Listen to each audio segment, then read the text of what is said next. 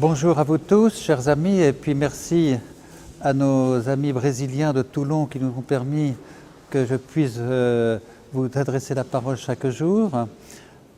Voilà, notre visite ad limina s'achève aujourd'hui. Je reprends l'avion ce soir, ce samedi. Et pour les évêques de la province de Marseille, eh bien, notre visite s'est achevée avec la rencontre du pape Benoît XVI ce samedi matin. Nous étions 8 autour de lui.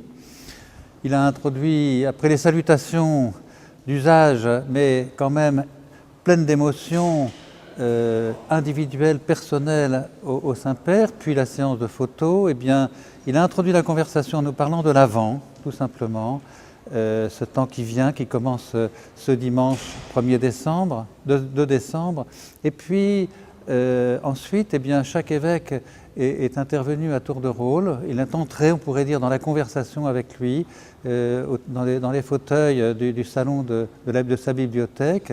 Et puis, un certain nombre de sujets, par exemple, l'absence de Dieu dans notre société.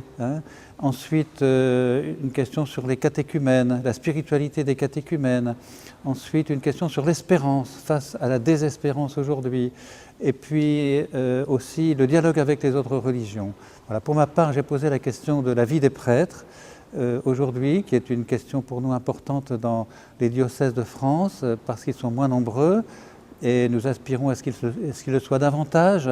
Alors il nous a répondu une parole tout à fait simple. D'abord, la prière. Prier, aller puiser à la source de l'amour. Ensuite, la vie fraternelle entre les prêtres, et l'évêque doit s'engager dans cette communion avec les prêtres, cette communion fraternelle avec les prêtres. Ensuite, être témoin de la foi.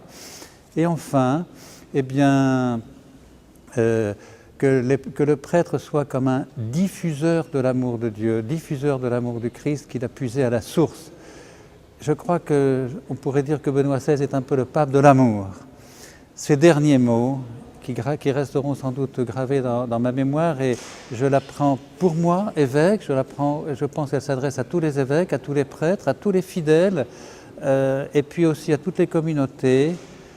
Nous avons besoin de porteurs d'espérance pour l'avenir. Voilà, ce sera les derniers mots, le point d'orgue de cette visite ad limina, porteurs d'avenir, porteurs d'espérance pour l'avenir.